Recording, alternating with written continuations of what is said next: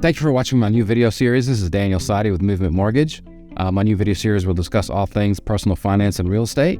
And my first speaker is Josh Eleazer with Premier Home Inspections. He's been in the business for 7 years. Thank you for coming to do this with me, Josh. Absolutely. Thanks for having me. Yes, sir. Home inspections are very important. That's the first critical step on getting a house, as well as, of course, getting the home appraised. So, Josh, I'd like to ask you some questions for, homeowners so they know what to look for in a home inspection. Why is it important to have a home inspection, even if it's new construction?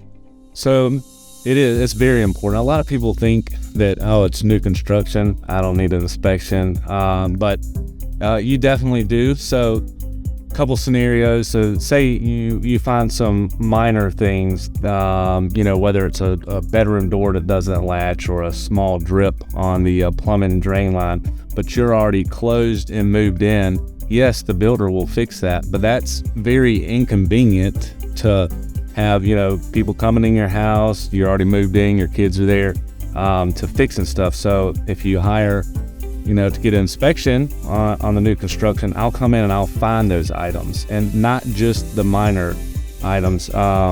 There's a lot of major things I find. I've seen damaged shingles. This brand new roof, brand new shingles, and they're completely damaged. I've seen broken trusses in the attic, major leaks in plumbing, and that's things that, if you didn't get a home inspection, you might not ever know until you go to sell the house, and then the warranty could be up and you're on the hook instead of the builder. So it's definitely important. Yeah, most definitely. What areas do you inspect during the home inspection? So the easiest way to tell you what I do is essentially it's everything except for the HVAC. You have to be licensed in HVAC to inspect it and look at the levels and whatnot. So I don't touch the HVAC, but it's everything else. I do inspect the roof. I get on the roof. As great as drones are, they cannot see what the human eye can see from 6 foot away. So I get on the roof, obviously check the attic out, looking for leaks and trusses, broken trusses, insulation, everything in between, plumbing, electrical. Every plumbing fixture, every electrical switch and outlet is tested, every window, door, and of course the foundation, whether it's a slab or a crawl space, and very important. That's good. What are some areas or things that home buyers should look at while touring a home, as some items may be red flags and be obvious? Okay, so one, there's obviously you don't always have a whole lot of time, and most people are not home inspectors, but one thing I would tell people is, like, as you're pulling up, look at the roof. If you see any, missing shingles, like, that's going to be a red flag. Okay, this probably needs a new roof. Secondly, before you go in the house or after, whenever, take a walk around the outside, the exterior. Look for drainage issues around the foundation, cracks. If it's a brick home or stucco home, look for cracks in the brick.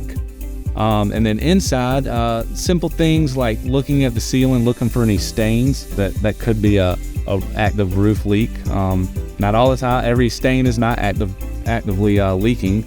And also looking around exterior doors for stains, and like the baseboards and walls around exterior doors. And as you're walking, if you feel anything soft, if the floor is soft and it's on a crawl space, you could have a issue there. So those are some red flags. Oh, I see.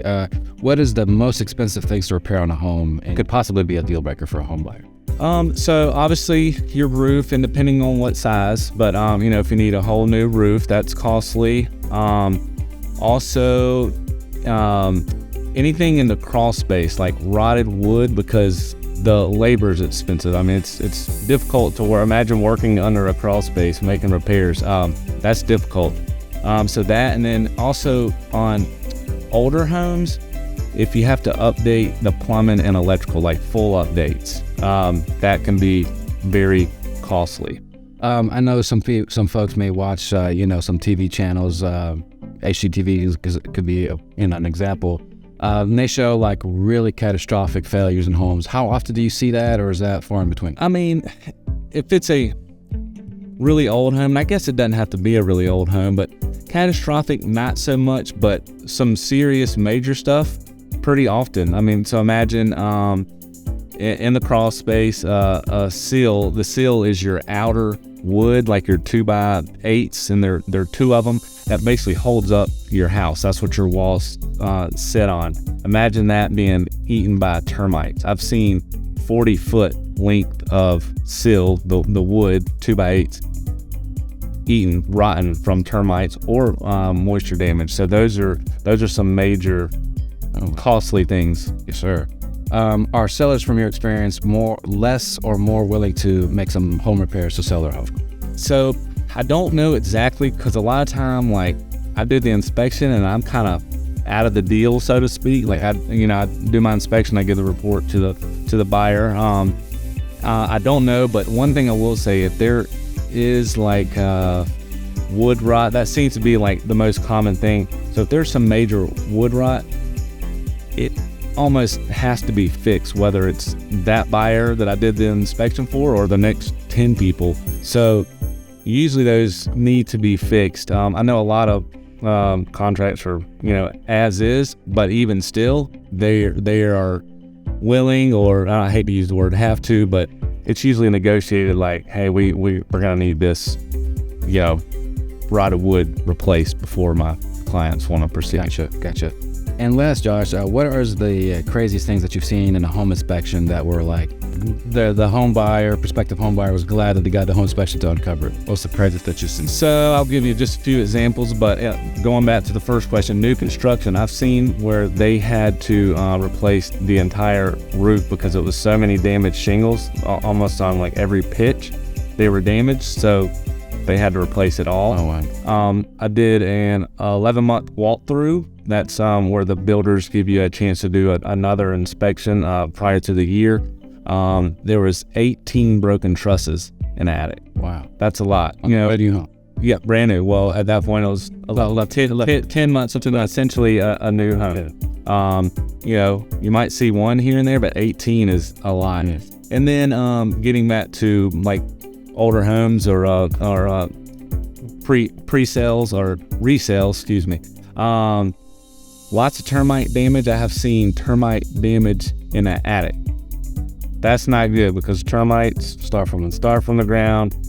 So I have seen that, and of course, I see snakes and possums in crawl spaces. That has nothing to do with the the integrity of the house. But termite damage and rotted wood is some of the most common and costly things that I see in crawl spaces. I gotcha. How would that be different for folks that maybe live up north where they don't have a crawl space? So, and a lot of people from up north, I've had some people say they didn't even know what a termite was. Yeah. And then some people know, but they say, oh, well, in our climate, we didn't, we didn't have to worry about that. Yeah. I tell people, down south in South Carolina, it's not if, but when you get termites. So I tell people, always keep a termite bond on your house. And I have no affiliation with the companies or anything. It's a good piece of advice because termites are here. Yeah, and they will for sure do some serious damage.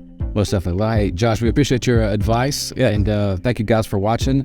And again, I'm Daniel Saadi with Movement Mortgage. If you need any, if you got any real estate or mortgage questions, and I'm licensed in Georgia and South Carolina. And if you're elsewhere, of course, I do have some colleagues in other states that can help you out. Thank you again for watching, and just make sure that you like and subscribe, and we'll put some new content for you soon. Thank you.